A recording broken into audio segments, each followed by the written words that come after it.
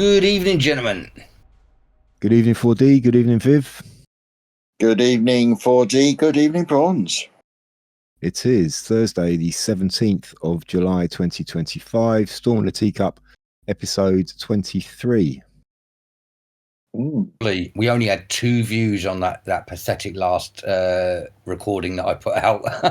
I'll tell you what, on Rumble, we've had over 100. It's been kicking off. Oh, nice. Good. Yeah. Which kind of made me think when you do the intro or the text for the intro, maybe instead of putting we're also on Rumble, we should just put we're on both Rumble and YouTube, because I think most people listening to us are now listening on Rumble. Or swap it around and I'll say also on YouTube. Yeah, maybe I will. Yeah. Yeah, I didn't drop it on my Substack. Yeah, it's a shame really, but I don't get many listens on Substack, to be honest. There are people who like it though. There is an audience, so yeah, I'll keep posting it up. But I didn't drop this one. Yeah, I was surprised because it wasn't that great because of all the technical difficulties we had. But well, we soldier on. There was definitely a negative vibe in the room, and I'll apologise. I think I brought that into the room at the beginning, but there was definitely, we were all very subdued last week for sure. Yeah, bloody black pill. I keep your black pills away from us. Yeah. No, I was the same. I noticed that. We were all a bit down. Yeah. Well, and again, I think it's the same across the country and across Europe and across the world at the moment. Yeah, definitely. So how's the week been for you two? Okay. Can it get any crazier? That's what I'm asking. Yeah, I bet it probably can. I'm sure it can. Yeah. Yeah, it's just what can you say? Yeah, I don't know. You can laugh or you can cry, but whatever. I was just saying to Bronze there that I've got a live feed of Epping on in the background as well, because it's still going on at the moment. The locals have really, and in fact, about half an hour ago, it looked like the police had got the upper hand, and then it must have been like 2,000 people just suddenly turned up out of nowhere. But yeah, it's on a real knife edge in Epping at the moment. Yeah, I know. I've been watching it. Yeah. Right. Yeah. This is going to spread. Mate. Bronze said he heard something down south as well. Yeah, somewhere in Hampshire, I think there was a similar sort of thing going on as well. Altercations between all over the migrant situation, the hotels and this, that, and the other. The usual story. And it's this. You say it's going to spread. It probably will, but I think it's already spreading. It's happening. Yeah, in probably a lot of places that we haven't heard about. It's happening in all European countries. It's going off. It's kicking off in Ireland, North, and Spain as well. UK, Spain. Yeah. Yeah. You don't normally hear it kicking off in Spain. That's yeah. But it is, because Spain is in trouble. We're all in trouble. We are. Yeah. All European countries, it seems like they want to destroy us. The people of the nations. Well, I kind of think that because of what Trump's doing in the USA, that was their main focus, and they're losing grip there. So it kind of seems they're now switching their attention to Europe, and they're doubling down here. I think we're getting the fallout of what Trump's doing in America. Yeah. I'm interested in this leak from this captain about this deal with the Iraqis to bring all over here. It's Afghanis. Sorry. Thank you. I think that's a big one, because they keep on mentioning how it wasn't told to Parliament, and again, it doesn't really matter about us plebs. They can play around with us as much as they want, but when we get to not telling Parliament, then it starts to get a bit sticky for the Conservatives. So yeah. Well, I think some of them knew, maybe not at the beginning, but they put a super injunction on it. So even the ones that knew couldn't talk about it. And that's the big scandal, I think. and the fact that it's costing 7 billion. We have we've got Abdul and his whole family and all his distant relations now sort of queuing up to come over, and we know nothing about them. I mean, when this was first, when the whole thing started with, I think when we were fighting, our troops were fighting in Afghanistan, and some of the locals helped the British, and they wanted to protect them from the Taliban. So that was the initial reason for it, which is fair enough. Okay, but I think now it's just gotten completely out of hand, and the fact that they had to gag absolutely everyone on it also says quite a lot, I think, as well. And the numbers they're talking, that's not people helping. Again, you're talking interpreters. There would be the odd snitch and stuff. Yes, though they all come into it, but you're not talking tens of thousands. You're not even talking thousands. That's not how that situation works at all. And I'd like to just put out there, I think it's absolutely right that we help the ones that helped us, because we leave them in an absolutely diabolical situation. So I'm putting it out there, that's not what I'm saying with this. I'm saying that this has been done, number one, underhandedly, and as Bronze points out, it's not just it's the wider implication, and they haven't left it to just the ones that were helping us. It seems to be like a lot of these deals, I think they admit to doing something wrong to the government of the other country, and then they say, don't worry, we'll take some of your people to make it right for you, and we'll leave loads of weapons and vehicles behind for you. I think that's why Biden left all the stuff behind. That was a dodgy deal from America to say, Trump stopped it, but don't worry, we'll leave you with all this stuff. It's all bull BS, isn't it? Yeah. And the timing of this now, I mean, considering the current climate here and how everything's kicking off over the whole migrant situation, the illegal migrant situation, it couldn't have come at a worse time for them. So, I mean, this was leaked, wasn't it? I mean, so somebody is up to no good, or up to good, whatever way you want to look at it, in leaking it at this time. It's just huge. The implications, the ramifications. Some commentator likened it to the British Watergate. They're really ramping up the rhetoric on it. Yeah. And Dan Wootton had a chilling thing. He'd said that he'd had a contact in the military that basically, and I know it's not just him, other people have reported on this, and it was that this military captain had said the problem, and the reason he's leaking it was because he brought a group over that was so dangerous and feral that they had to keep them locked in a cage, and it wasn't until they got to the shores that they let them out.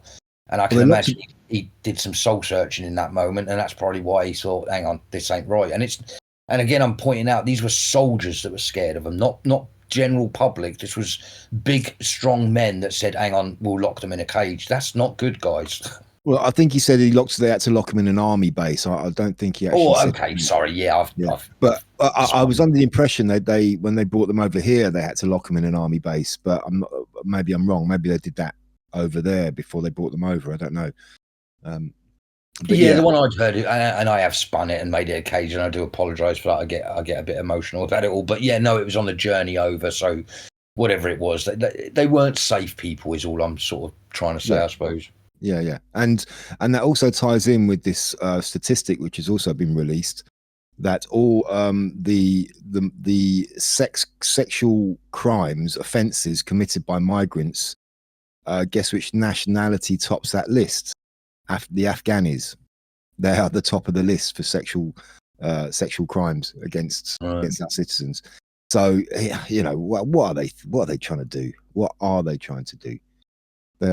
They're deliberately trying to throw fuel on the fire, and the fire is growing, and it's not going to be going out anytime soon. No. I think more and more people are noticing it. That's as I say. What time are we at the moment in the UK? I'm at 8:30, so the sun is just starting to get to twilight now, and there is still hundreds of police on the streets in Epping, and thousands of people just sort of milling about. Just it's still sort of on tenterhooks. It's not good, but yeah. Yeah, that thing in Epping, that's basically a protest have come out because there's this hotel there which has been housing migrants, and one of them has committed. I'm not sure if it's actual rape, but there's the usual sexual assault against one of the locals. And this is the third day, I think it is now, the third day running that they've been out on the streets protesting about it. And the numbers seem to be growing of the protesters as well, the patriots. So yeah. Actually, thinking about it, didn't it start at the weekend? So I think it's actually 4 or 5 days by this point. But either way, it's am I right? Yeah, I'm not sure. Yeah, maybe. I don't know. Anyway, yeah. I'm not sure. But yeah, several days at least it's been going on. So it's not just a one day thing. It's an ongoing situation. The bin problems still haven't been sorted out. I noticed Angela Rayner's getting a bit of grief about the bin situation that she's in charge of up the north, where they're not doing anything there. Birmingham, really? That's been for months. They've not. Wow, that must be jeez, the amount of crap on the streets there must be unbelievable, especially in this heat as well. The stench must be terrible. The rats must be having a party. That's all I can say. Yeah. What can you say? Yeah. Here we've got, around where I am, we've got a lot of locals starting to talk about how they've started to tell us that they're putting sewage into our fresh water supplies, and they've said it's safe. They've added some chemicals, and I'm sure the chemicals are safe for us as well. But this idea that they're putting sewage into our water as well, on every level we're being attacked. I mean, why are they doing that? I mean, is that a deliberate thing? Oh yeah, we've got sewage, let's just chuck it in the water, or what is that? Well, it's easy to do, but it's also because they hate us. Well, yeah, we know. I can't think of another reason, Viv. I think you're right, because there's no other reason. Like, even if they thought it was a good idea, you'd just put it in the ocean like we've been doing. I don't know. Let's say that the pipes have got so badly out of or in disrepair that it's something to do with that. But I can't really think of a reason why they would be starting to put it into our waterways. The only people in history that I've ever known do that was enemies when they wanted to take a city down. Well, yeah, this is my question. This is my question: are they doing it deliberately, or is it just because the infrastructure is breaking down and they don't have the money to fix it? But what I will say, in London, the amount of roadworks, digging up roads all over the place, and a large majority are Thames Water. So they're doing a lot in London. It's causing chaos on the roads, but there's a lot of it going on here. So there's obviously a lot of work that needs to be done, apparently, and Thames Water there's talk of them being renationalised because they don't have the money. It's all just one big mess. It's crazy. They're probably going to end up getting bailed out somewhere or another, essentially by the taxpayers at the end of the day. Yeah. So it's a sorry state of affairs. Sold off to the French.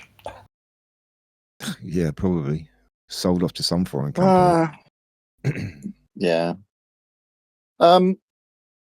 Yeah. What can you say? What can you say except get a water distiller? It's really bad. It's really bad. They do hate us, though.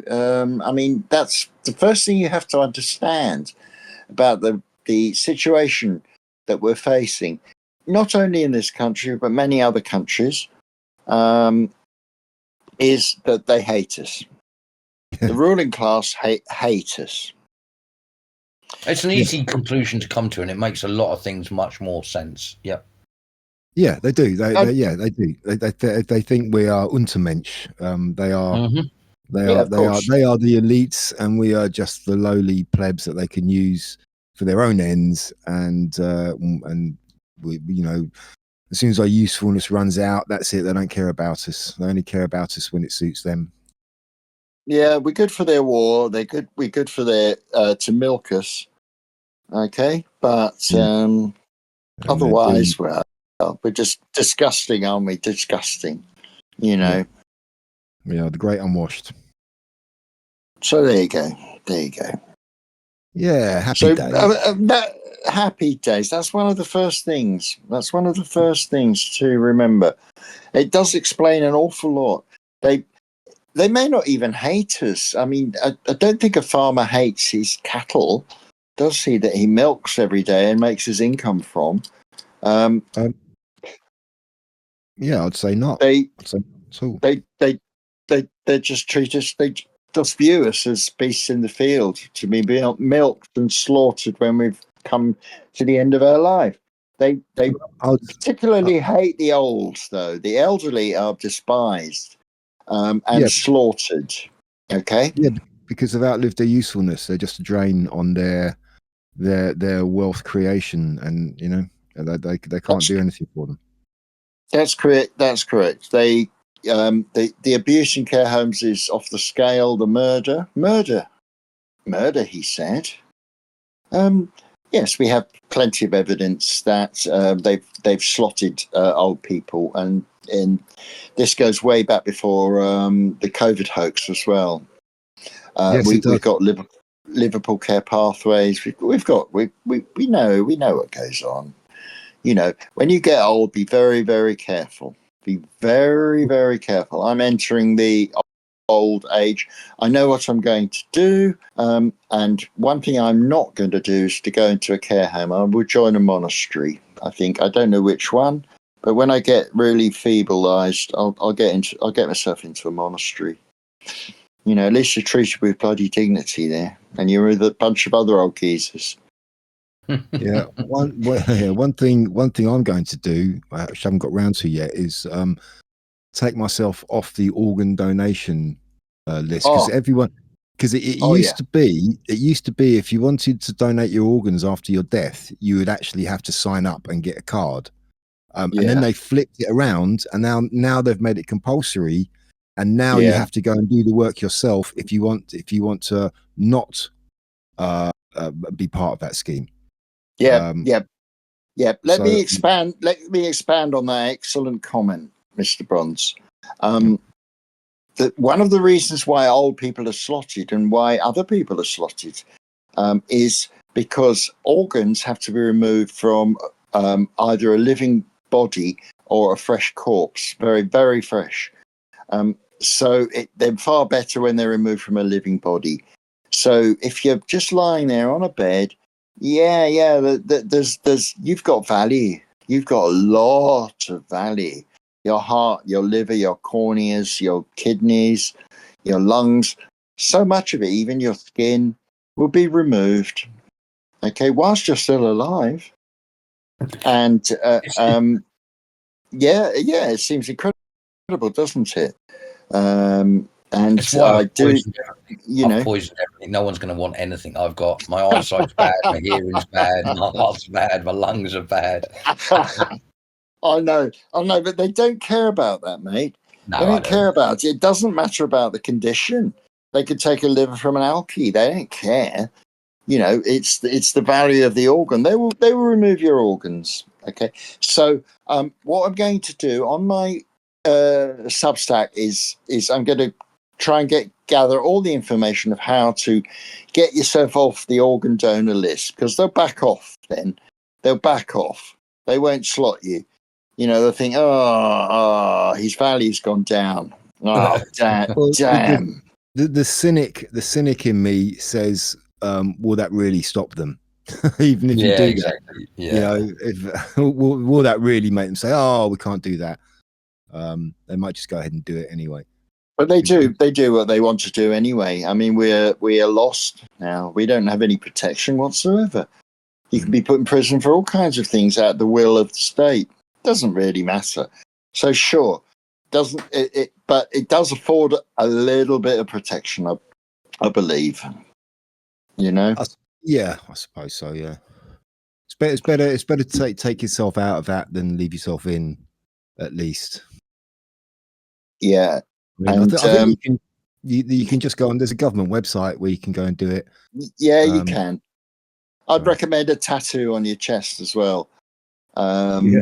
Just to say, do not remove my organs, you ghouls, you parasites.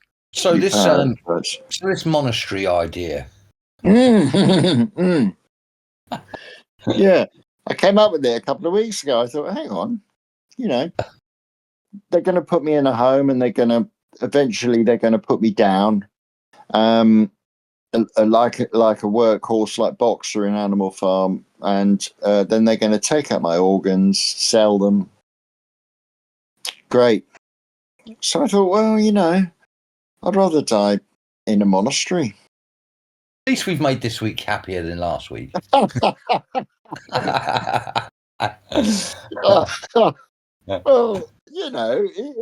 it's positive in a sense, isn't it? Oh, do tell me how. Well,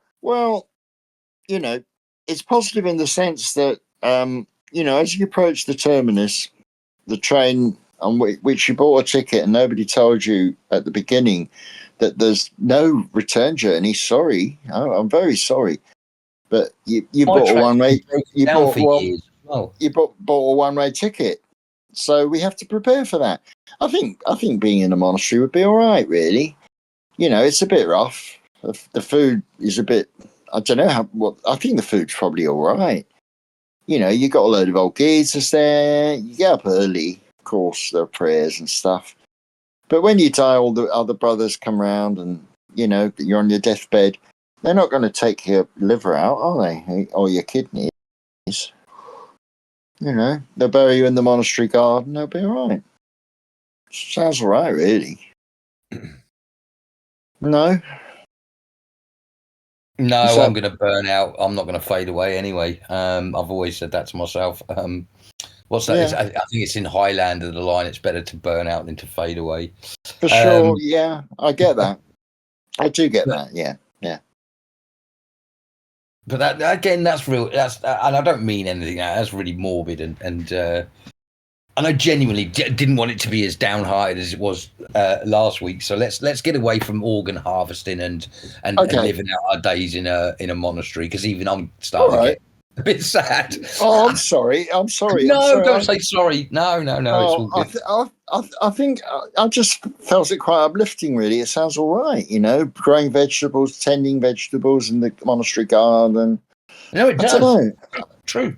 Well, it sounds better than being put in a care home. That's what I mean. Yeah. Mm. Yeah, maybe I'll identify as a lady and go to a nunnery. I'm not sure, but that would be interesting. No, yeah, they would. Bath time, Viv, all goody. Oh, yeah. Okay, let's raise the vibe. It's brilliant that 16-year-olds are being given the vote now. 16 and 17-year-olds. Yeah, I mean, all that. Brilliant. Yeah, the vitality of youth, isn't it? Yeah. You are referring to Labour's decision at the next general election to lower the voting age to 16. Correct. Yeah. Which is not a good idea, in my opinion. No. And it has one particularly bad aspect of it, which is going to happen, is that our education system, which is completely captured by woke liberal retards, i.e. the teachers and the school governors, are now going to be ramping up the political the political, I can't think of the word now, indoctrination of the kids. Indoctrination. Yeah. Is anyone?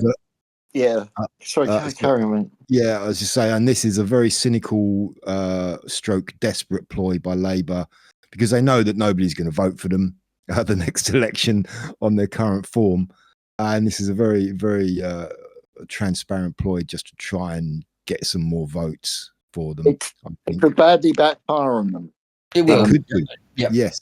It could do. I mean, I think that there's going to be quite a large proportion. I mean, if this manages to go through, there's going to be quite a large proportion of 16, 17-year-olds who won't bother to vote.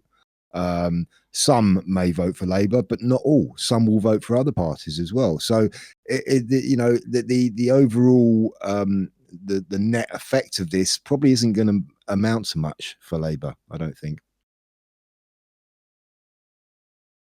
But it's still a ridiculous concept, and no offense to any 16-year-old out there, I'm sure there's genius 16-year-olds out there, but you're not you're not worldly enough. I'd even argue you're not worldly enough at 18, but that's not the point. It's fine the way it is at the moment. We don't need more disillusioned, uneducated people voting. And again, I mean, no disrespect to any 16-year-old. Well, yeah, I mean, I think if anything, the voting age should be hired. Not where's Viv? Oh, he's gone. He's come back. I'm back.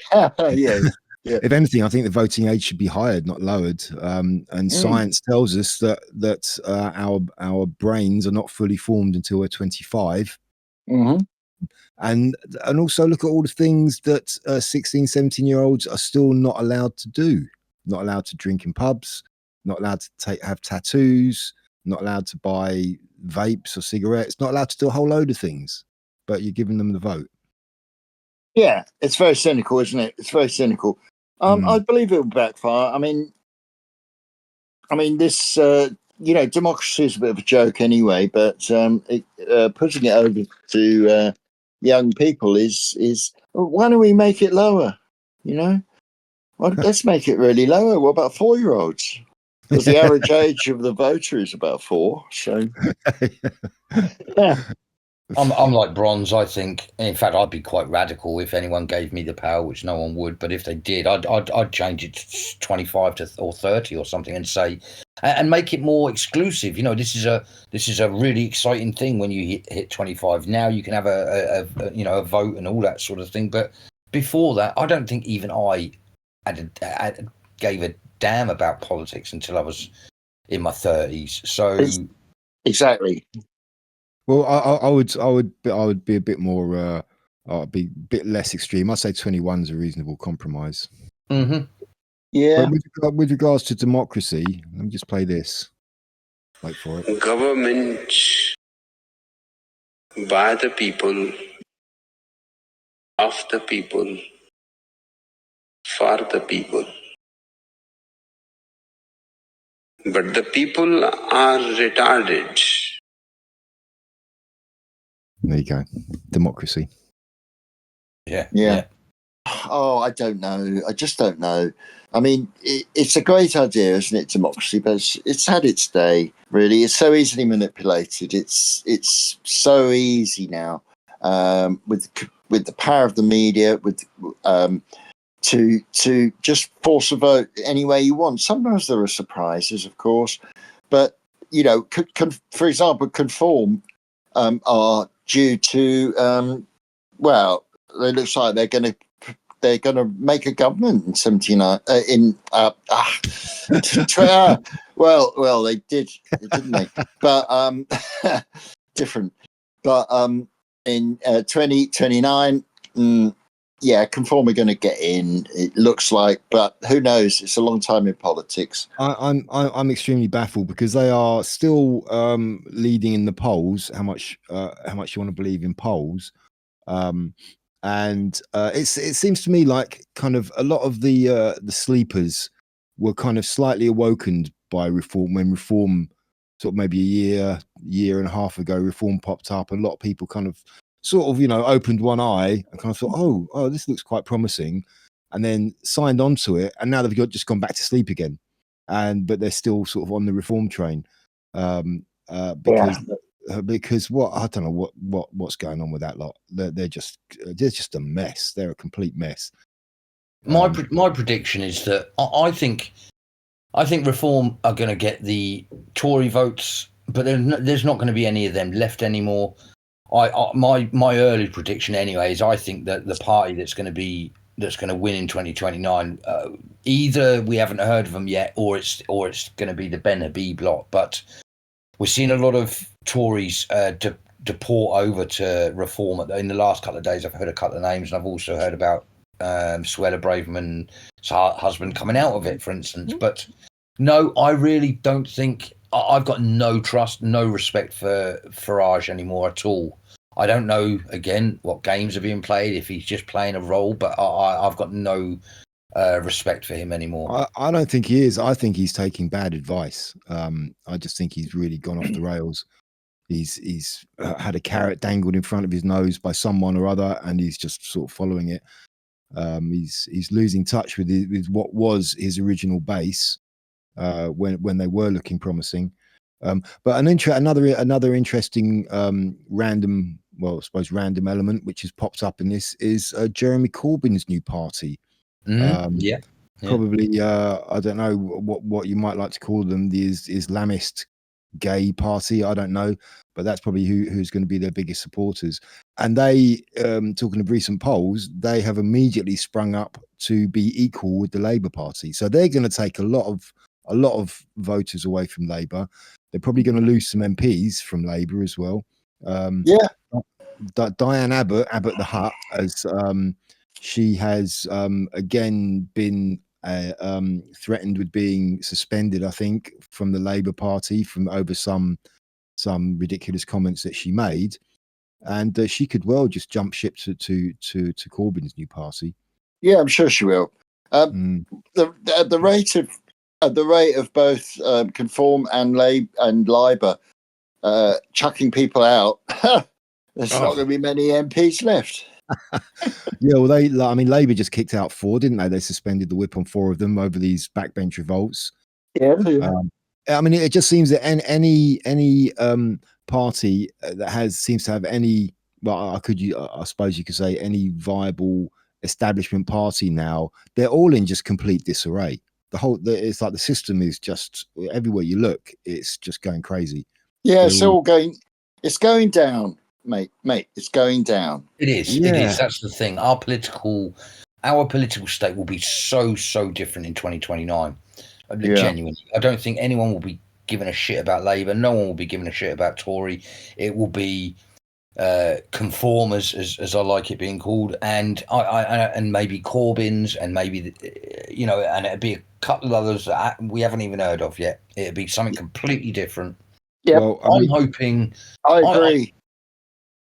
I've got a funny feeling as well with this Ben Habib and Rupert Lowe amicable split, shall we call it, where they keep on playing each other up. They're not slagging each other off at all, and I've got a funny feeling this is a clever or it's just a happy accident. But I think they're going to work for each other. I think the movement will even to the point that maybe the movement will become more of the working class element of it. Maybe, dare I say, the Tommy Robinson type of voter, and then Ben Habib will take on more of the middle class, non-Tommy Robinson type people. And I think with those two working in each other's hands, they'll bring the votes to each other, to Ben Habib. And I think maybe that will be where the big star of 2029 might come. Maybe they're going to bring the likes of Katie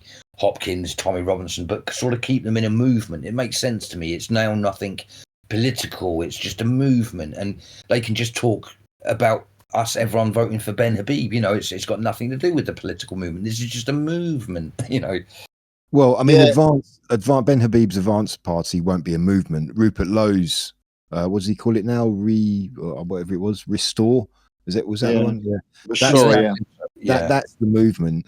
Yes, I mean, all of the extremely large following that Tommy Robinson has, who the vast majority voted for reform last time, will probably go to Ben Habib's Advance if he manages to get his shit together and become a serious contender. That remains to be seen, because seems to have been no movement on that in the last few weeks since it was announced. I know there's plenty of time, so we'll just have to keep an eye on that one. But you've got people from across the political spectrum actually joining up to Rupert Lowe's movement. His the Restore movement. So that, as I said before, that's quite intriguing. That is, I think it's something that's going to work hand in hand, and they're just not telling us. Yeah, quite possibly. Yeah, I mean, the fact that Rupert Lowe and Ben Habib aren't coming out as opponents is a good sign, I think. They've kind of agreed not to work together in one unit, if you like, as in one political party, they've kind of they're ploughing their own furrows, but they seem to be going in tandem with each other rather than butting heads. Unlike what Farage did, he just came out and he just dissed everyone and kicked all the decent people out of Reform. So yeah, we'll see. One thing's for sure is that the split between the voters and their so-called representatives in Parliament is nearly complete. The voting figures are way down. You've got tribal voters. You've got a few new voters who vote with in the spirit of hopium. But the vast majority of people, I talk to them all the time. In my job, they say certain things. Certain things that I can hear from people is people are so dissatisfied. The dislike of doctors is I put doctors in inverted commas, it's massive now. They're losing respect. It's incredible. It's embarrassing, and they must know this. The reason they know this, I can tell they know this, is they've been retreated behind screens. Have a consultation on the internet with your doctor now. Yeah, I haven't seen my specialist since COVID. Now it's only on the telephone. I'm on controlled drugs. I'm on anyway, all of that sort of stuff, and I don't even see a specialist anymore. Now it was once every 6 months a phone call. Now it's dropped down to once a year. I don't know what he can evaluate from me. This Chinese doctor that I've got that I've never met and doesn't know anything about me, but he seems to be now my expert that calls me up once a year and says, "How's things, Mr. Ford?" I say shit, and he says, "Oh, lovely, I'll speak to you next year." Yeah, he just is using you as a product. He's selling you pharma products now, and that's it. That's as far as it goes. They're drug pushers, really. We had a massive falling out anyway because he tried to. It was again the heart of COVID, and he said, "Like, you can't come in." Or I'd gone into his room without a mask on. He said, "Oh, you can't come in here without a mask on." And I said, "Well, it's funny because I just have done, so I obviously can." Which he didn't like my attitude, and he said, "You've got to leave." So I sat down and I said, "I haven't got to do anything." And he actually saw me and did the thingy, but reported me for being obnoxious for not wearing a mask. But threaten him with taking him to court. Under the Equalities Act 2010. Okay, say that you will bring a private prosecution against him under the Equalities Act 2010. Get all his details, take them down carefully, and then prepare a civil case. Okay, and give it to him and show him what you're going to do. Equalities Act 2010. That's one of our weapons. We turn the legislation that's used against us. We turn it back to them. So a section, I can't remember the section, but you're a protected minority. Okay, and he is having a go at you as a protected minority because philosophical beliefs are protected under the Equalities Act 2010. Okay, that's all we need to know. Anyone who has a go at you, anyone who says, "Oh, you haven't been jabbed," there you go. Okay, you've been reading your coursework, haven't you? Yeah, I have. And you threaten them. You threaten them with a prosecution, and you say, "I will destroy you." Well, yep. I think the argument of you haven't been jabbed is doesn't hold any weight anymore at all. No, it doesn't. Vast majority of people. I also read recently that child vaccination rates have dropped off a cliff now. Of course. Parents. That's nice to know.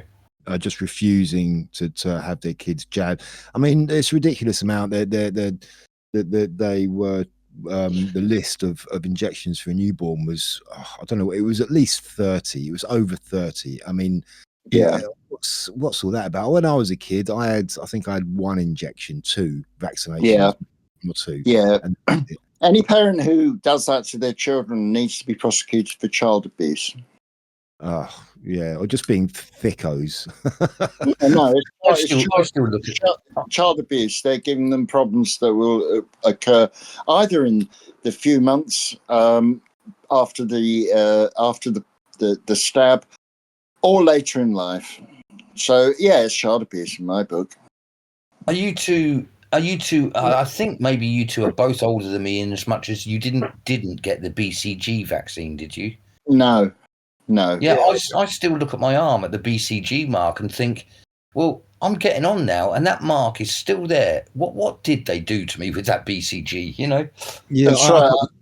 I got the didn't BCG when I was at school. Yeah. Oh, you did, right? Yeah. Yeah, but, I didn't, and I didn't get MMR either.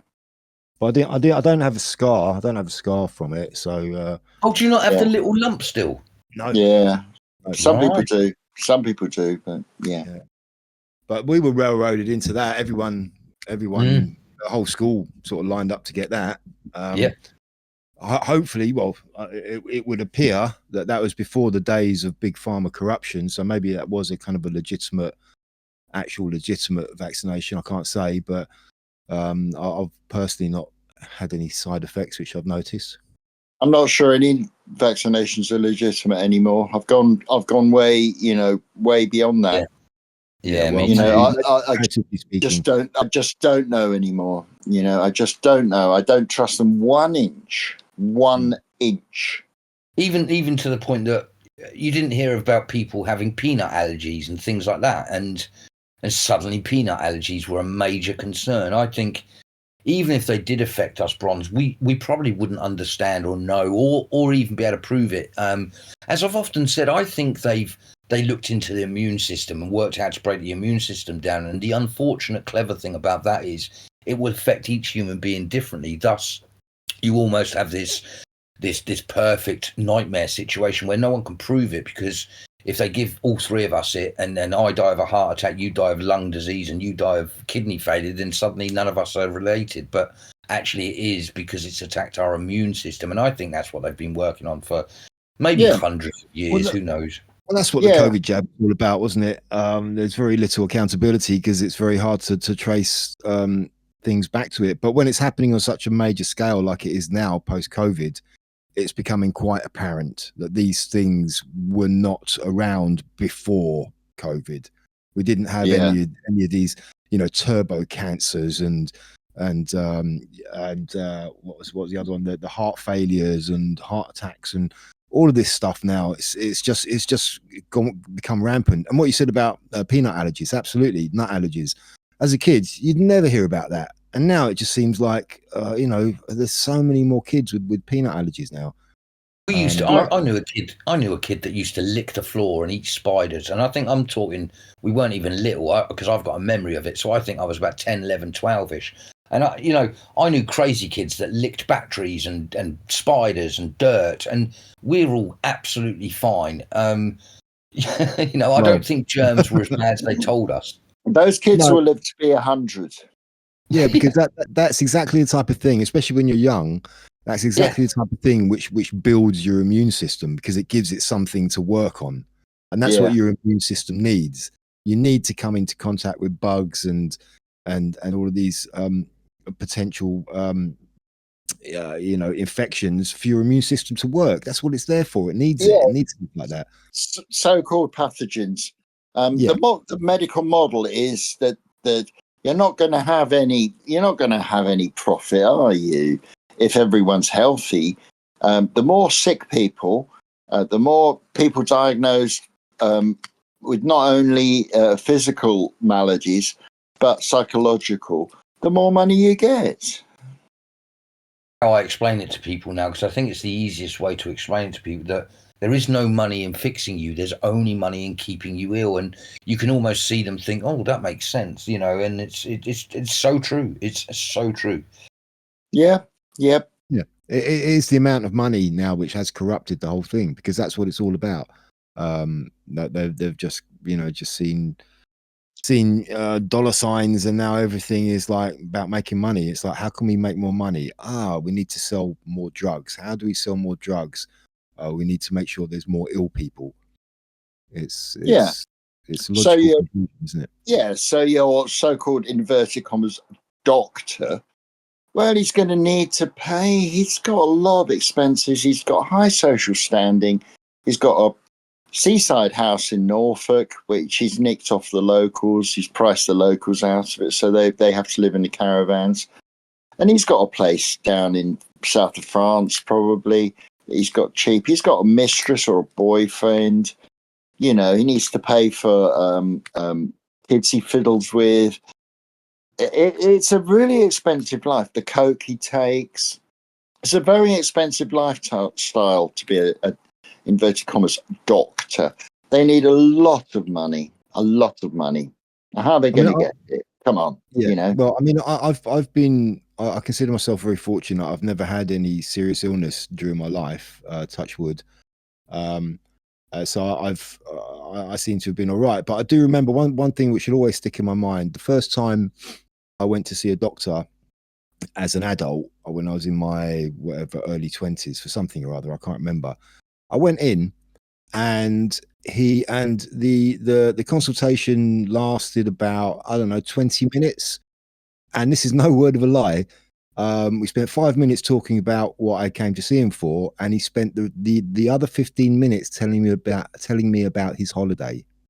Oh, yeah, there we go. I mean, we're going back decades now, but it was that kind of just summed it up. Of course. I mean, I spoke to a doctor today. It's absolutely really dim. I mean, my God, it was hard to get through to him. A doctor is a specialist. They learn certain things at medical school: how to make money, how to push drugs, how to be a really smart salesman, of pharmaceutical products. But they don't know much else because they've got limited range. It's like all experts. It's like anyone who goes to university. They're very good at, I don't know, medieval literature, but they don't know much else really because they've been absolutely concentrated. Their attention has been concentrated on their field, on their speciality. Well, even the so-called doctors, the general practitioners, the GPs, they don't specialize in anything. So they don't have particularly good knowledge about anything. They just have a surface level training for a wide variety of things. So, you can't really expect them to really help you out on a specific thing because they probably don't know very much about it. Of course, and they don't even palpate the patient. That like old school doctors who I've got a lot of respect for, because my life was saved when I was a kid, actually a few times, but certainly by old school doctors who would come out in the middle of the night. They knew the family. They'd come in. They'd know the kids. They probably delivered the kids, and they'd say, "Oh dear, yes, I see this, I see that." But now on a screen, and they'd palpate. In other words, touch. They'd say, "Does it hurt there? Does it hurt there? How does that feel? How does that feel?" They touch all around your body. They were more holistic in the sense that holistic meaning, the entire body rather than pieces of the body. As medical advances, so-called advances, have created experts. An expert will know everything about the liver, but they might not know much about the testicles, or the lungs, or Yeah, and as you say, it should be holistic. So just knowing, but specializing in one particular thing, kind of it negates, not knowing how that interacts with everything else would kind of negate that in a way. They might be able to identify compartmentalization on every level. As I was just thinking in the background there, as a mechanic, as a car mechanic, I can't not know every aspect of the car because I'm working on the engine, it could be the drivetrain that has a problem. If I don't understand how the drivetrain works, then I'm only going to be diagnosing the engine, and I'll wrongly diagnose it. And it would be the same with a human. If you only know the liver, you might not be looking at something else in the immune system, in the brain system, in the stem cell. I don't know. I'm not that way inclined. Yeah. But there must be done because I'm not overly clever, but I knew that an airborne virus could not be stopped by a mask. And I think most people gathered that from the beginning. So I had said the COVID was a problem for me because you're either stupid, which I don't want to see you if you're that stupid, or you're doing this deliberately. Again, I don't want to see you if you're doing this deliberately. Yeah. I mean, on the subject of doctors, have you guys heard of a guy called Dr. David Cartland? Yes. Is that the Australian guy? Huh? Is that the Australian guy? No, he's English. But Okay, he's been a big outspoken opponent against the whole COVID scam, and he has recently been struck off. Surprise, surprise. Yeah, of course. Surprise. But it wasn't actually to do with that. It was because apparently he was he was just harassing. These really fake TV doctors, like the ones who got loads of money from all the drug companies to push the scam. He was harassing one or two of them on social media, and that was the reason why they struck him off. It was like unbecoming behavior. But you just know they were probably just waiting for an excuse to get rid of him. Of course, he was a decent guy. He was a good guy. He was one of the good doctors, one of the sensible ones. Yeah, you mustn't do that. A direct attack on a member of the establishment is going to get you in trouble. They will be hoist, though. They will be hoist. Changing the subject for a quick live update. It's still going on in Epping. The mums, dads, and families element of the force there have dissipated and gone home, and now it's just the angry, mostly men there, and they've surrounded the hotel. The police for the last 10 minutes have been battened up, asking them to leave, and they've basically said we're staying here all night. We don't want them in that hotel. So it's a standoff with the youths and more angry element of the crowd that are left behind now. Did you see? You must have seen that story a couple of days ago about that 12-year-old schoolgirl who got they at her school. I think it's somewhere in Warwickshire. They were having a cultural day, okay, and they wanted all the students to come dressed in attire which was representative of their culture, and to sort of give a little speech about it. And she turned up in a Union Jack dress, and they said, "Nope, you're not coming in. You're not taking part." They sidelined her, rang up her dad, told her dad to come and pick her up from school. And it made all the headlines in all the mainstream papers, which is quite good. And apparently, this girl was as good as gold. She's like a straight A student, and it's really kind of gained quite a lot of traction. That has, and the school, of course, like issued a really Weasley apology. But what would really have done it is to hold the actual teachers to account. Name and shame them. That's what needs to be done in cases like this. That poor girl at 12 years old, that's going to be quite, a 12-year-old girl that being segregated like that, that's quite a big thing for a girl of that age. It's horrible. And I don't know, I heard what she'd wrote, and it was beautiful. Actually, you couldn't actually, if the teachers had let her in and let her talk her bit, I think they would have seen that actually she's a very intelligent young lady for 12 years old that wrote a very interesting speech on what it meant to be English and British, sorry, and she was adding that, and I'm not trying to quote any of her because her stuff at 12 was better than I could have done. She wrote such things as, "I think my culture is great because we welcome so many different people and there's so much different food." So she wasn't even, if they were trying to say she was being racist or something less than that for a child, whatever they were trying to say, she wasn't. She was. And I think what she wrote was very good. She would have got good marks for that if they hadn't been such arseholes. They would have known that she was a clever girl because she's a student there. They would have known that. They would have known exactly what sort of person she was like. It was just a fact. I mean, this is it laid bare. It's like, you cannot celebrate Britishness. You cannot do that. That's not allowed. We're not allowing that. And it's just insane. It's just crazy. Yeah? What were they thinking? Really? What were they thinking? And apparently she wasn't. Apparently she wasn't the only one. Apparently there's a few other kids they did that to as well. Yes, she wasn't the only one. Apparently one little boy turned up dressed as a farmer, right? Because his family were farmers. and they did the same to him. It's just anything slightly representative of our own culture, the culture of this very country, is not allowed. It's, oh God, I mean, geez, what's going on? A child turns up as a traditional farmer and they have a problem with that. Honestly, I've never heard.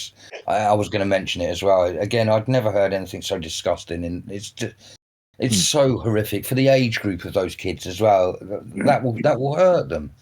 Yeah, well, the actual girl in question was actually, after it all blew up, of course, the school then invited her to come speak in front of the school wearing her dress and reading her speech. And it's like, okay, so how does that make sense? Like, you're only saying that now because you've been found out.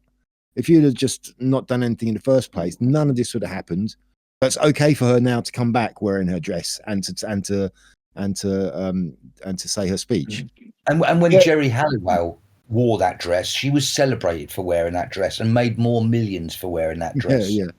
Yeah, exactly. Again, I want to say to people, first of all, anyone listening in Britain and Ireland, take your children out of state indoctrination centres, try to homeschool them, try to put them in forest schools.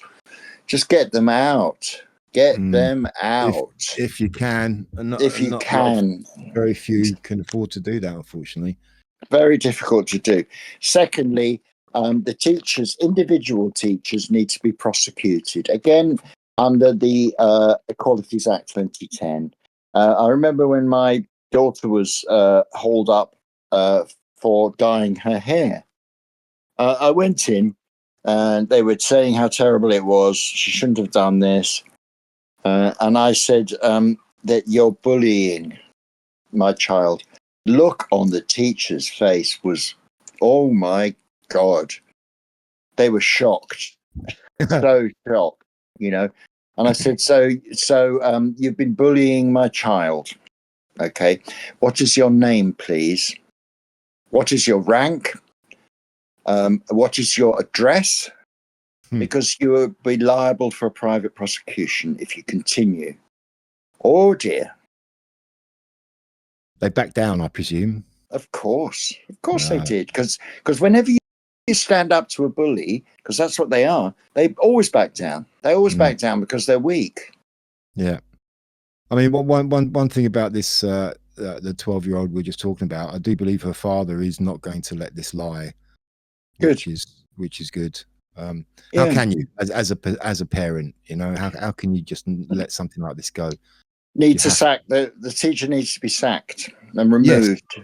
Yes. Yeah. Not just, I don't think it was just the teacher. I think the head teacher, it's like the whole hierarchy. So they all need to be removed. They all need to be removed. But you need to do this individually. So you need to, first of all, get them to sign affidavits, all right, about their policies, about their even their opinions. They need to put all this down in writing. It's a long process, but it has to be done if we're going to regain any sense of decency in this country and in Ireland and in all other countries that which this kind of fascism is being imposed. Okay, I call it fascism, but you could call it something else if you want. This authoritarianism, because they're damaging children. They're really damaging. They're damaging our children. Yeah. Have you seen? The average age of teachers today. I often think about that as an idea, and teachers are so young now. And if you go back to the 1950s, 60s, it was old, crusty sort of people that knew stuff. That's who the teachers were. It was, you rarely saw anyone under 40 as a teacher, sort of thing. Yeah. I know obviously they were younger because they would start as teachers, and there must have been.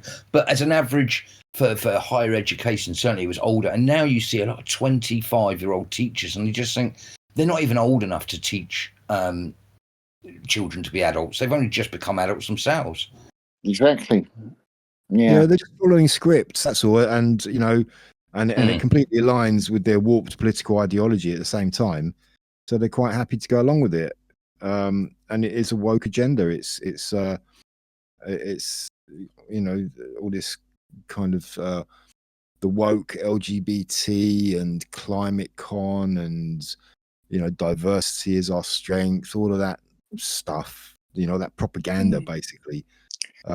It's become part of the curriculum now, and they're perfectly fine with it because it aligns with their ideologies. Yeah, it has to be delegitimized, and the way to delegitimize it is to basically there needs to be a lot of court cases. Yeah. Okay. Well, I remember years back, I got a couple of young nephews. Well, they're not so young anymore, but when they were young, we always used to get together at Christmas, and somebody made a joke about being ginger, right? And the youngest one, he must have been about 5 or 6. He said, "That's racist." And I had to put him straight on that. Yeah, and you could tell that's come from his school. That came from his school. They're being having this racism stuff put in their heads. And he actually thought that making fun of ginger people was racist. Yeah, I'd say it's racist to say that is racist. Wouldn't you agree? That really would have confused him. Well, yeah, not for him, unfortunately. The teacher, I'd say, well, that's racist to say that's racist. It's a ridiculous concept. Ugh. Changing the subject. Sorry, go on. No. I was just going to say that it's funny that people who are anti-exclusion, who are pro, pro-diversity, are not really anti-exclusion. They would exclude people quite simply who don't really fit into their schema, their model of what diversity actually is. Well, diversity has changed. Words have changed. These are words as weapons. I always go on about this. Words weaponized. Yeah, I mean, you control people's words. You control their thoughts. I mean, and this word, this is one of these buzzwords which has slipped into this woke narrative in the last decade or so. It's one of many which really get on my nerves, and it's inclusion or inclusivity, and they always use it in their slogans. And this school again about this girl we're talking about, that was in their the kind of in their blurb, of course. Inclusion. And it's like, well, obviously you're not.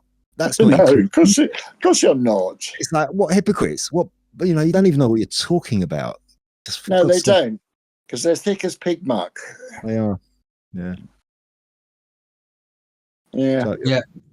I was going to say, changing the subject and going over to America and the back to the Epstein stuff.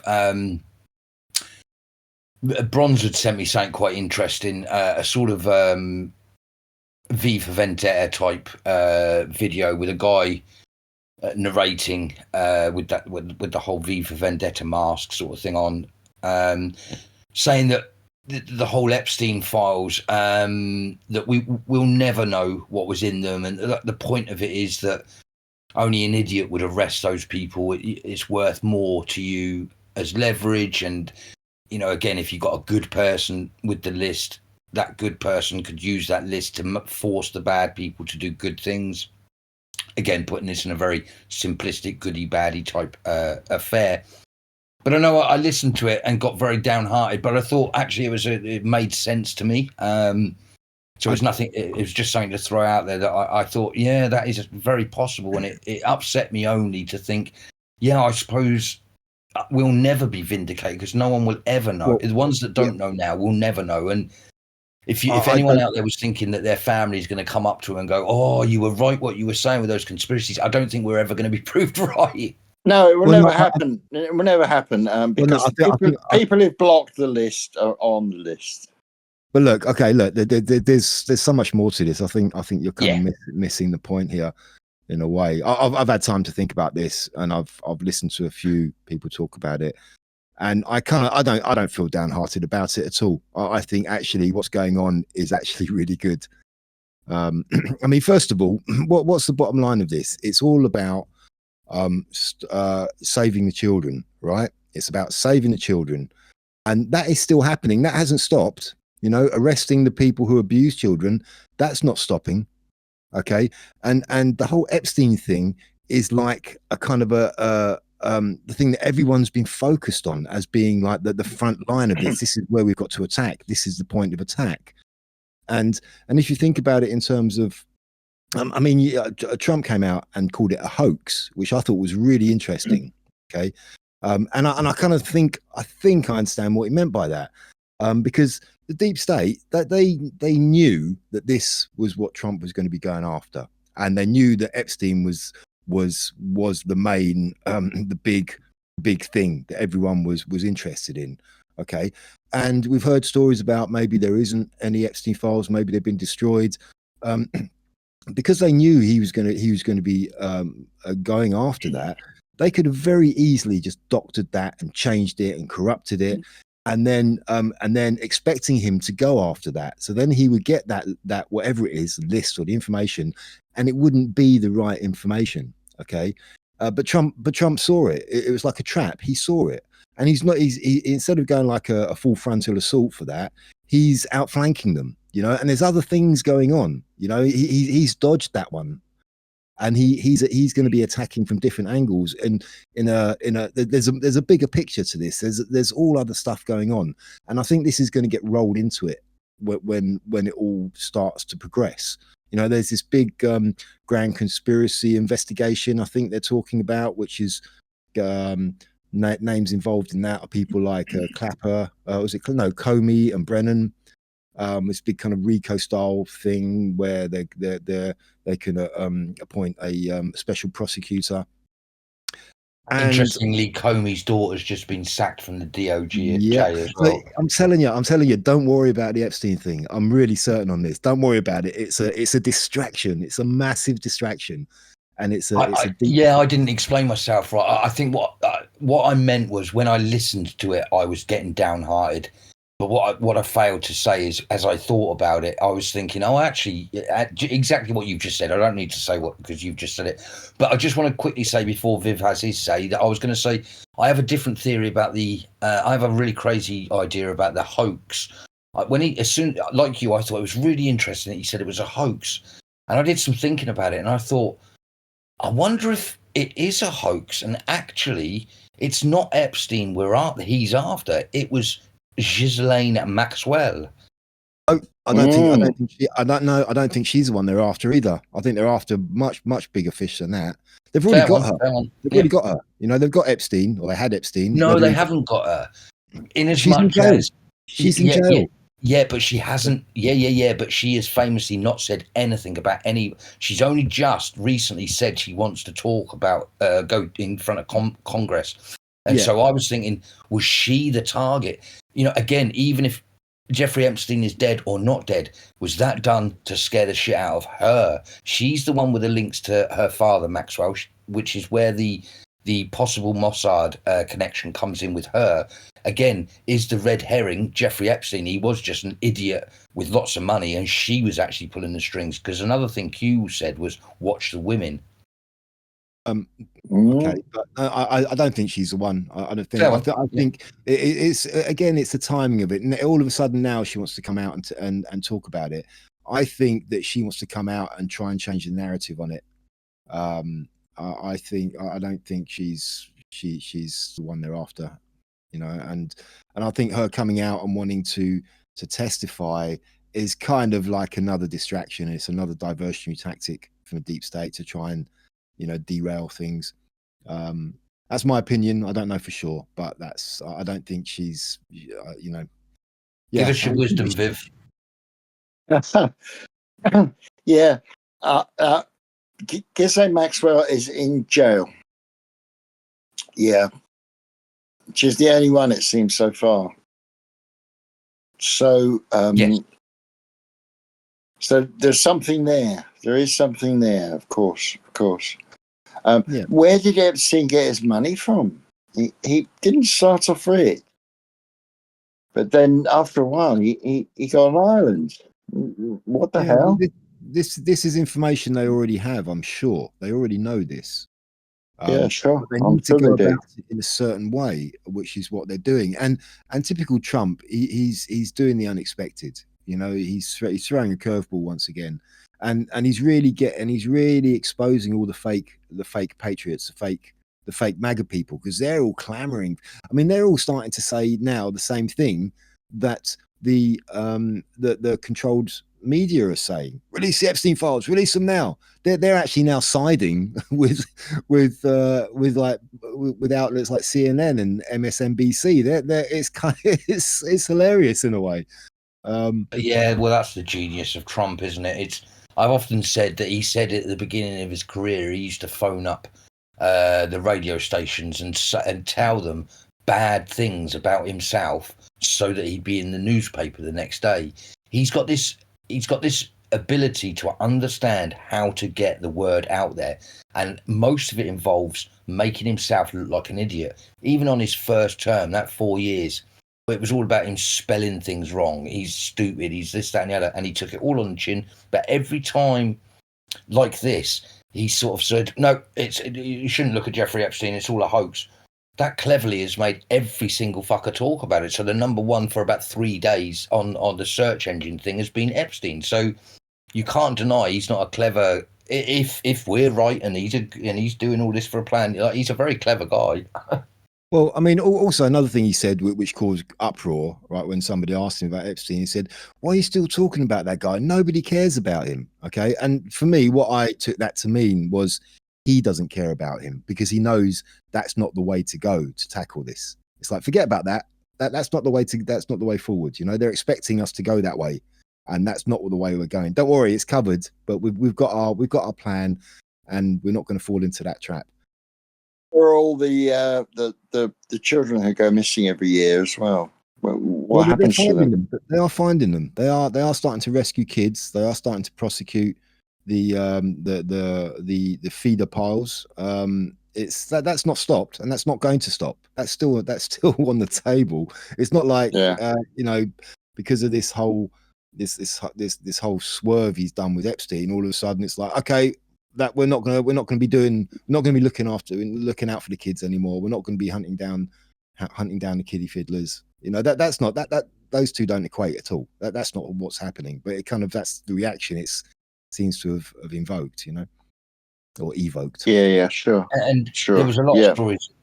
There was a lot of stories that Disneyland was a ferry port for the island, and it's interesting how much Disneyland has suffered in the last 10 years. Trump did something about taxes on them. I think that they had some sort of tax-free thing from when it was started, and he changed that, which cost them a fortune. But also there was but also there's been things going on in Disney, and it's been getting quieter and quieter and smaller. But I noticed there was a story from Australia that they caught someone trying to marry a 9-year-old. They do these professional. You pay a lot of money to get married in front of the Disney princess castle thing. And apparently someone had gone there to marry a 9-year-old, and it was going to go forward had not someone sort of leaked it to the police, and the police broke in. Like Bron says, there's a lot going on, and lots of people are getting stopped, and there are little fish that we don't need to know the names of. I think that was a couple of weeks ago. Yeah, I saw that story. I think that was in Euro Disney in France. I think that was. Oh, was it? Oh, okay. Sorry. Yeah. Right. Yeah, it was a very strange. It's a very strange person involved in that. A very strange person indeed. Yeah. Oh, yeah. Right. He's an extraordinary character. The BBC have reported, so we know that there's going to be distortions there. But he seems to have a lot of money. It's extraordinary. He seems to be one of these influencers, or would be influencers. He's trying to build an audience. It seems like a bit of a stunt, to be honest. Yeah, but it's hard to say. It's hard to say. I mean, he hangs around with kids a lot. He looks well dodgy, but who knows in this situation? You know, I just don't know what that was all about. I don't know what the hell that was all about, to be honest. Yeah, I know there wasn't much clear information on that. I haven't seen anything about it since in the news, and the story that was put out about it seemed a bit kind of didn't really, I think, couldn't really understand what was going on there. But I think the guy was arrested. Yeah. So, So sometimes they just make stories to make us angry. Again, that's a part of the way they operate. The more angry and against each other we are, the more we're not looking at them. And Exactly. Of course, Yeah. of course, of That's course. how they control us. They control us with emotions, whether it be fear or anger or whatever. That is a major tool of control they have over us, and they use it all the time. And people need to start waking up to that. And you know, Ronnie Barker would just absolutely. talk his way out of it. Oh yes, Yeah. he would. It's getting to that time, I think, that we're going to have to go on to, and I want to get onto comedy, because I was going to say I think we've done pretty well with this gentleman. I want to carry on talking about him today, but we'll have to go to another person. And it dawned on me that we'd only had one female so far, and I wanted to put in a cheeky let's have a chat about. She's not everyone's comedian, but number one, to make it a woman, number two, to make it quite relevant, and number three, to just something different with Katie Hopkins. Oh, sorry. I was just going to ask. Are you proposing we change our mascot already? Have we finished talking about Ronnie Barker? Or again, I don't know, and you can tell me that I'm wrong. I think we done 2 or 3 weeks with Ronnie Barker. I don't know now. Actually, there's a bit more to be said about Ronnie Barker. Good. Yeah. On a slightly darker note, but we can talk about Katie Hopkins right now if you like, because we've still got a bit of time. We can come on to Ronnie. But yeah, I don't know a lot about her, to be honest.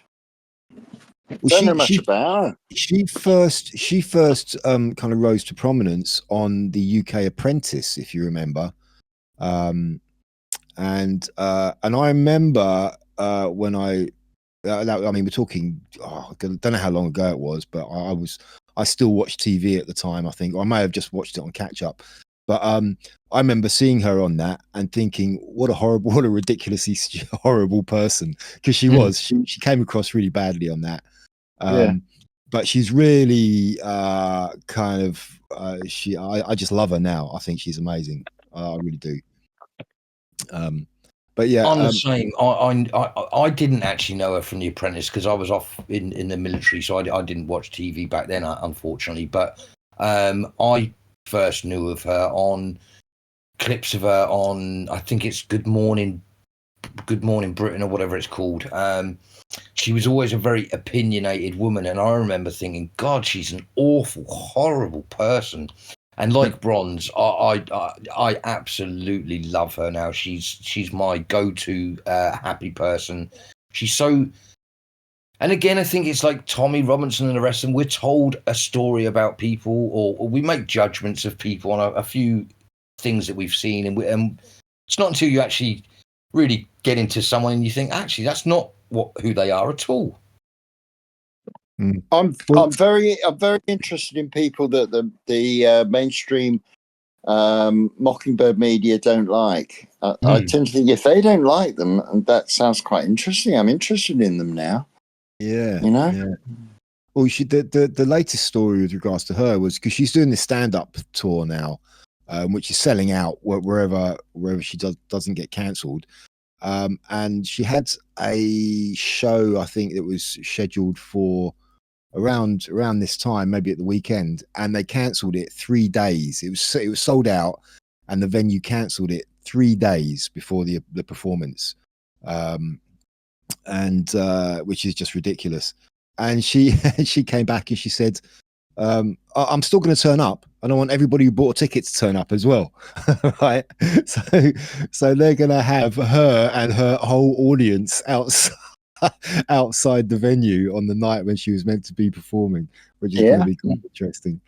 Yeah, that's fine. That's fine. Yeah, it needs to be done. To be done. Yeah. Cancel culture again. You know, it's all going down. Really, people are sick of all this. You know, the people I talk with. Oh my God. You know, there's the difference between what we see on the media and what comes out of the lying mouths of politicians is so different to regular people. So it's got to break. There's got to be a breaking point soon.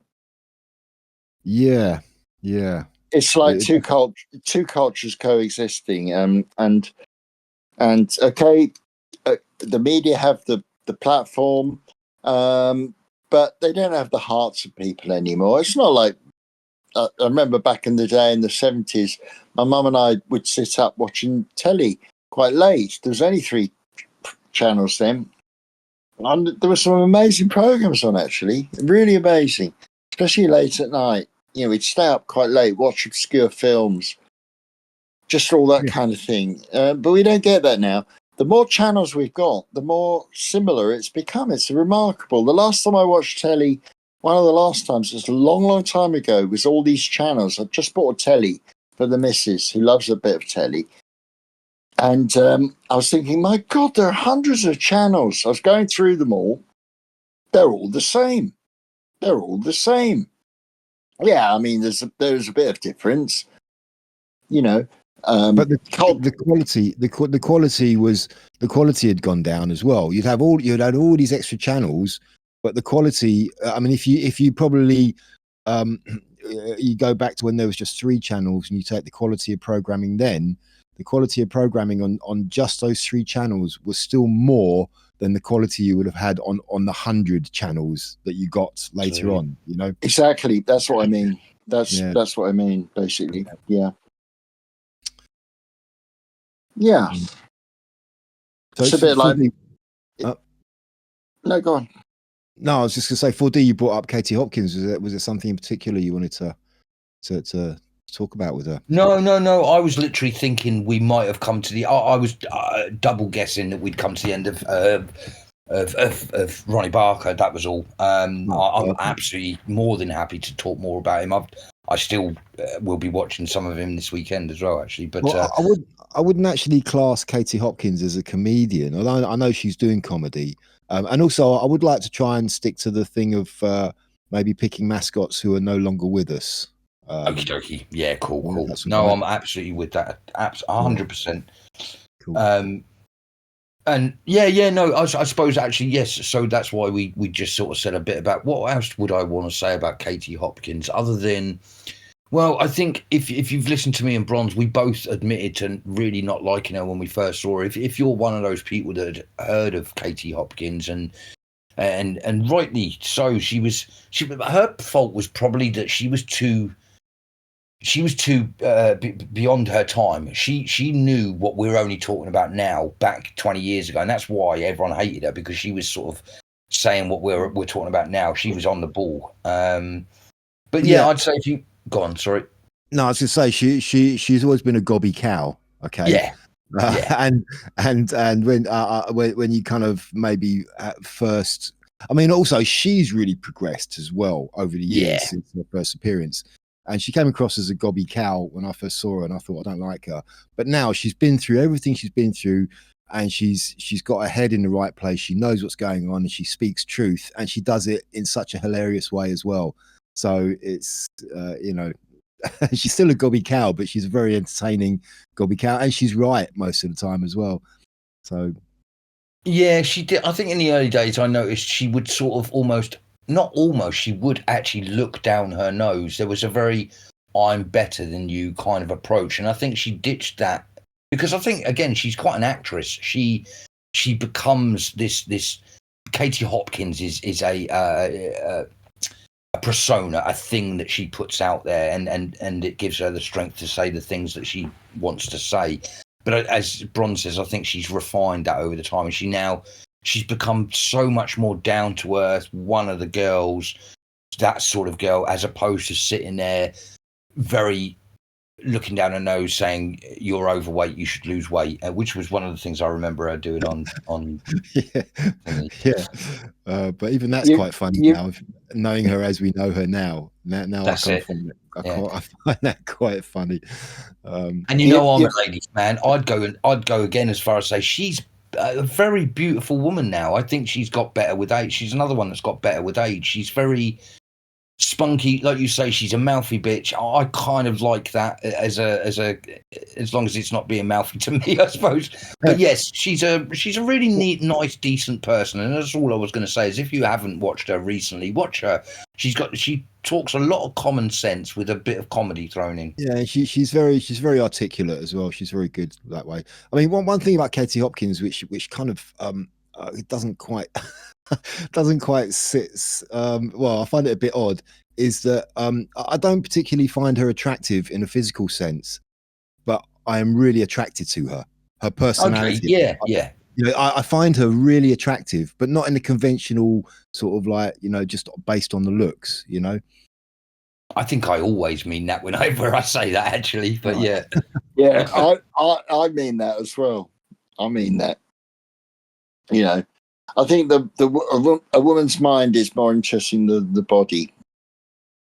Yeah, usually. That's definitely something you become to appreciate more as you get older, isn't it? You realize where the substance is, you know. Yeah, definitely, absolutely. And Ford, you said something very interesting. He used the word persona. We're all actors on this stage. We may not think we are, but we are all acting. You know, we're all acting.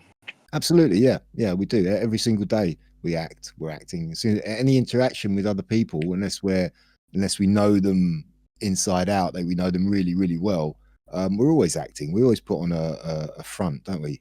People for we don't know. Everyone does it. Yep, absolutely. I'm just about to buy a senior rail card, by the way, folks. Right now. Can't you wait until our conversation's over? Is time that short? No. I mean, don't me right now, you know, but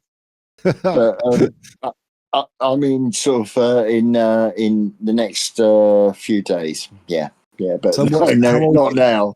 So you have to be 60. 60, and is that a reduced cost? Is it? You get a reduction for that? Yeah, you got really good reductions. You pay £35 a month, a year, and you get a third off rail travel. Oh, okay. Well, that's all right, isn't it? Yeah. That's why they hate old people so much, because they're costing them too much money. Yeah, I know. Yeah. Are we going to change from Ronnie Barker then? Is that what everyone's saying? Well, no, 4D floated that one, but I still think. I mean, maybe next week we can pick someone else, but there's still something I'd like to bring up him this week. Do it then. Do it, man.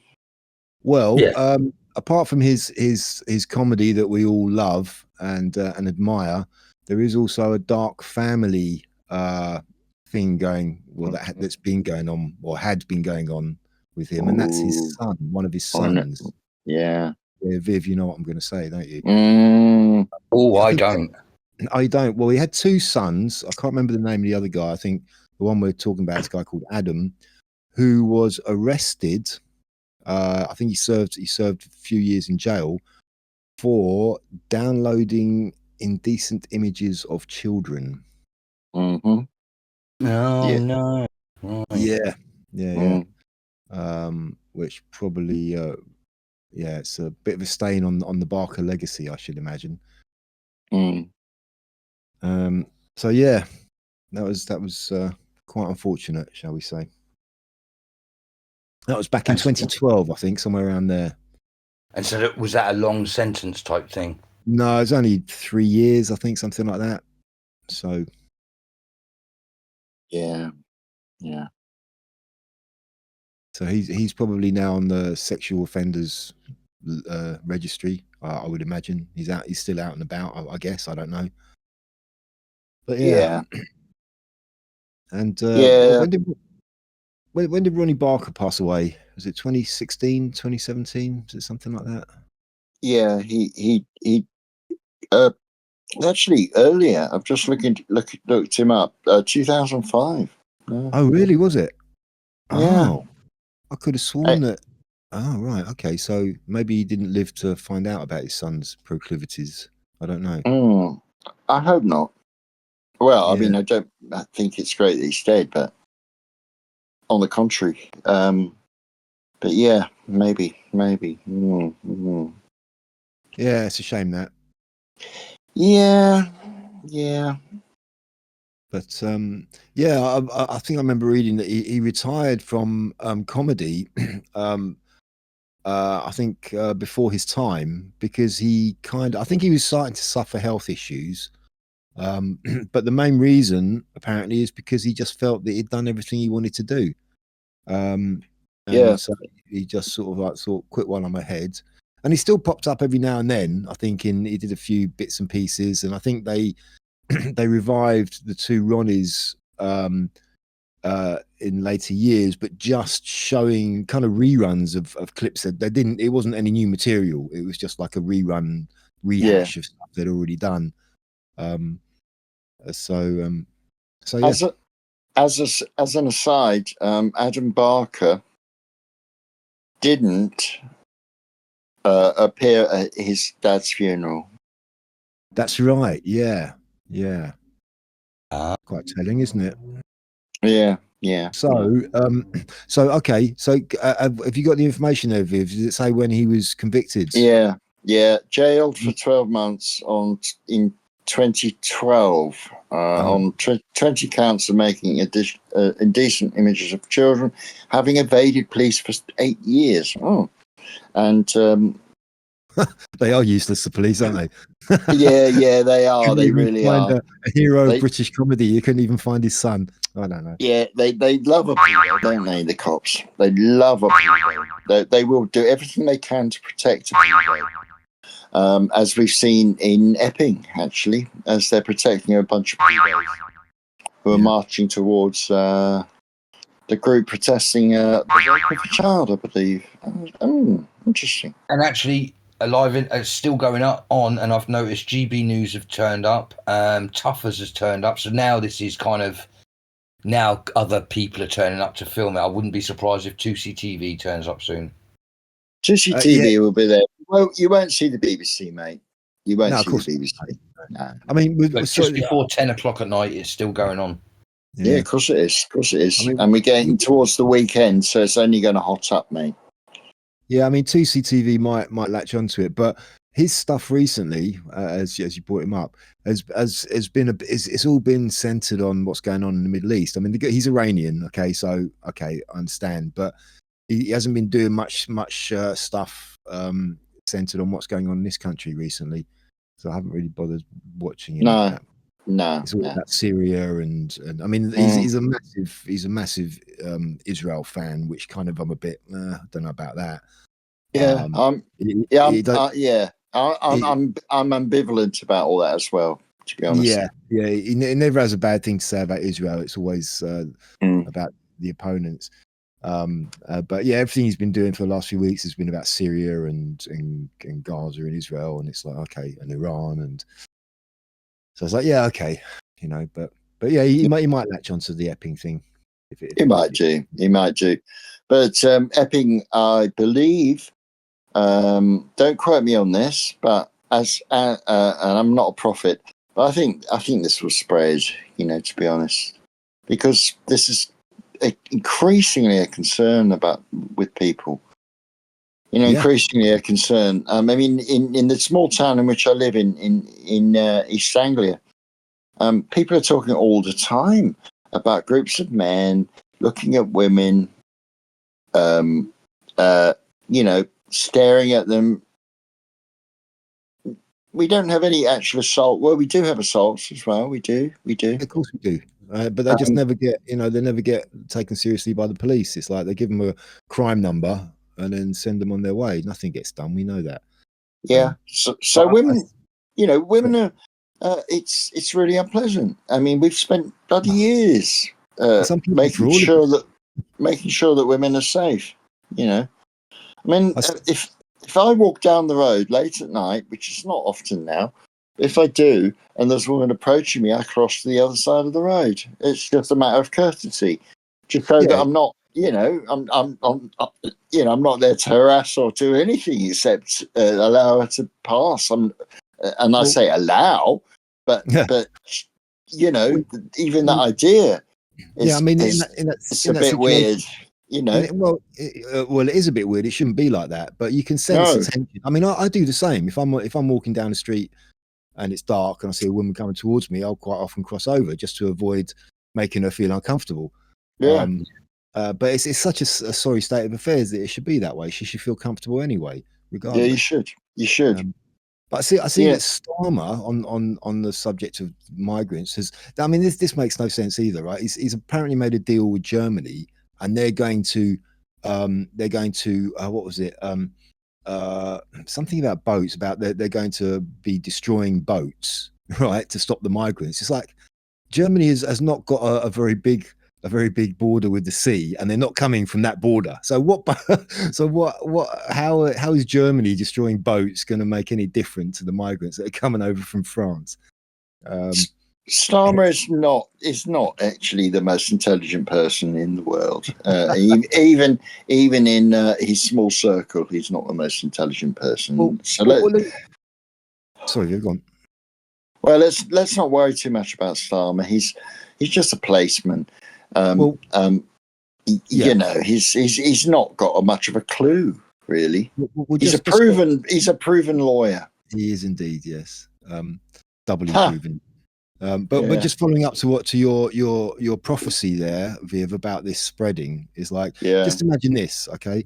If you take stock of the situation we're in now, okay, and this going to? I mean, the next election officially is in 2029, so we've got 4 more years to go. This is not going to? This, you know, think how much this is going to escalate in 4 years unless something really serious is done to address this. Nothing's going to be done to address it. They'll put out statements and maybe make a few gestures, but nothing. Yeah, it's like the heart of it. The core problem is not going to be solved. No, and of course people not. are just going to continue getting more and more angry because of the whole situation here is you know, people are wising up to it. People are seeing what's going on. And it's going to carry on for 4 more years. Will we, you know, are we going to see civil unrest? Yes, of course we are. Yeah, of course we are. But we won't see much civil unrest. We'll see what we're seeing in Epping. I think we'll see that. The open borders crowd, the faux left, the pretend left, the trendies. I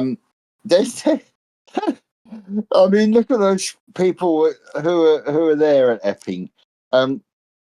If there was a battle, that bunch of soy boys are going to be destroyed. Well, as I said, because I was watching a bit of that video before we came on and before we started recording, I said to 4D, it's the same old thing. All of the counter protesters turn up. They've all got the Socialist Worker Party, banners. All the usual ones. It's you see them at every one of these, and it's like it's totally organised and funded. It's like, we need to. Of course it is. It's a trend. These are young people, bless them, you know, and they want to make a better world, and they've got this distorted idea of how to do so. And so they think, let's go and face down the racists, right? What they call the racists. Well, well, they are part of the bourgeoisie that hate their working class. They see working class people as inherently racist. Okay. Yeah, of course. Yeah, and they get there. It's a class thing, of course. And they get there, and they're going to get the shit beaten out of them. And after a few, the only thing that's stopping the shit being beaten out of them is the cops. The people protected cops are protecting this group. But it can't go on like this. It just can't. You know, when we see the crowd walking through the fields, they're gonna tackle these people. These people don't realise what the hell they're doing. You know, I'm talking about the open borders crew. They're going to be battered badly. And they probably want to defund the police at the same time. Of course they want to defund the police, but the police are protecting them. We'll let them defund the police. You know, let the battle commence. I don't like it. I don't agree with violence at all to solve problems. It's going to happen. Well, just one time, that might be a great leveler. That might be a real wake up call for them. You know, once they realise, You know, it's like, yeah, we don't want violence. We're not condoning violence, but you know, sometimes you kind of think you just need that to happen to I mean, teach these just people as to teach them as a wake up call. I mean, there are men and women there who are hard and really, really tough. You know, they've worked on tough manual jobs.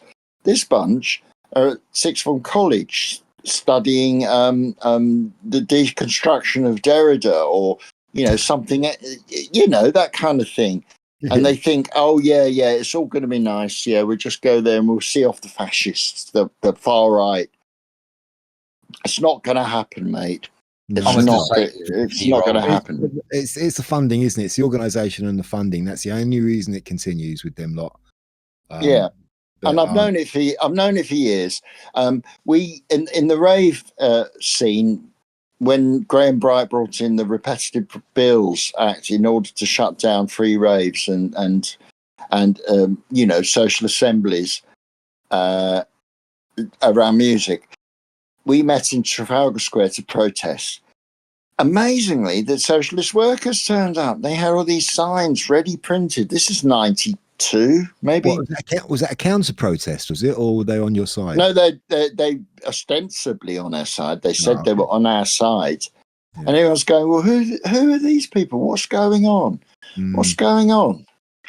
You know, I mean, it's very clear that where we had protests against the state during the COVID hoax, we all had we made. I didn't make any signs, but a lot of my mates made signs. They all had drawn, maybe badly written, but so what? They had spirit. Yeah, there weren't many printed signs, but every single protest you see that's organised by the Socialist Worker Party, and we need to look into the background of that group, by the way. They turn up and they've got machinery behind them. No, we don't need that kind of machinery. We're real people, okay? We're real people. You know, we make our own time. All of the patriotic protests that we see these days, they're all organic. All of them are organic. Like you say, you might get a few signs, but they're written on bits of cardboards that they've cut out of a box and just written with a marker pen on it. Like that. Yeah, you know? And they're all different. They're all different. People just make up their own signs. If they want to make a sign, they bring them along. And that's it. But like you say, with the opposition, it's always these ready-made signs. They're all the same. They're like identikit signs, and they're all the same color, that kind of yellow and purple, yellow and kind of pink color, and they've always got Socialist Worker Party written at the bottom of them. Yeah, because we're against the state, therefore the state. They're filleting the state. Not only do they fillet the state, but embarrassingly they swallow. Yeah. What kind of embarrassing? I hate to butt in when we're on a flow, but we've gone beyond our time, and I'm going to try and cut us short just to sort that out.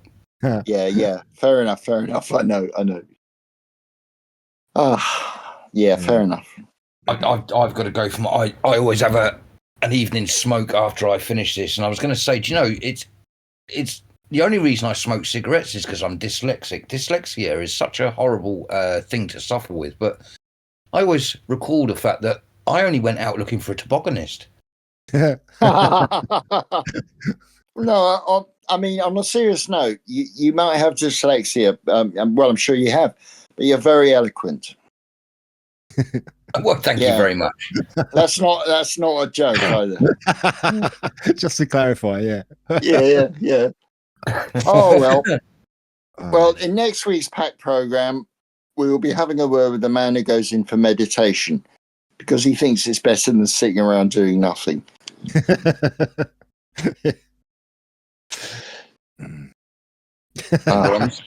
Any more? I was going to say bronze has normally got a nugget of a good one there. Okay. Let me see. Okay. I can tolerate algebra, maybe even a bit of calculus, but geometry is where I draw the line. Hey! Just to add, the only thing I fear about geometry is sphere itself. Yeah. Okay. Yeah, Oh, I met a no, guy. I don't. Oh, yeah. I do get it. Yeah. His fear Yeah, itself. Sorry. yeah, Yeah. yeah, yeah. Yeah, I met a guy from North Korea the other day, and asked him what his country was like. He said he couldn't complain. Yeah. Oh, that's a very controversial joke. Oh, that's a good one. Well, you Yeah. could say that about this country now, couldn't you? Yeah. Yeah, well, the House of Commons was sealed off today after police chased an escaped lunatic through the front door during Prime Minister's question time. Only one.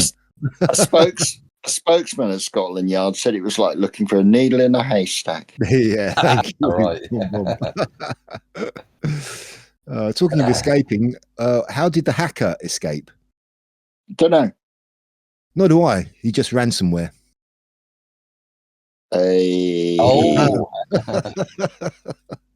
I'm going to do a bronzing and do a happy little shout out. I just want to say, because a lovely girl said that she'd listened to our thingy. So I just want to say thanks, Nancy. And if you are listening again, I hope we've educated you enough and told enough jokes to make it worth your while. But thanks for having a listen in. Yeah, thanks. Yeah, we probably told enough jokes to put her off, to be quite honest with you.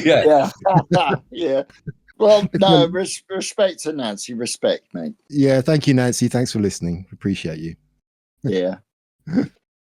And actually, and I'll also then quickly say to my good friend who has been listening to us since the beginning, bless her. So out to you as well, Jill. Thanks for having a listen. And I'm glad I make your cleaning more interesting. Is that what she told you? Is that what she told you for? She probably only tunes in for Viv's dulcet tones. Oh, thank you. I think it is. Thank you very much, Nancy. What can I say? Nancy was the previous one. Jill, bless you. I hope your housework goes quicker and more with more jollity. Majority. A bit more majority. Yeah. Yep. Well, okay. All right, one more for the road. Go on then. Why can't a person have a 12-inch hand? Don't know. Because then it would be a foot. Boom, boom. Bit of a mathematical joke. I like it. And on that note, it's good night from us and it's good night from them.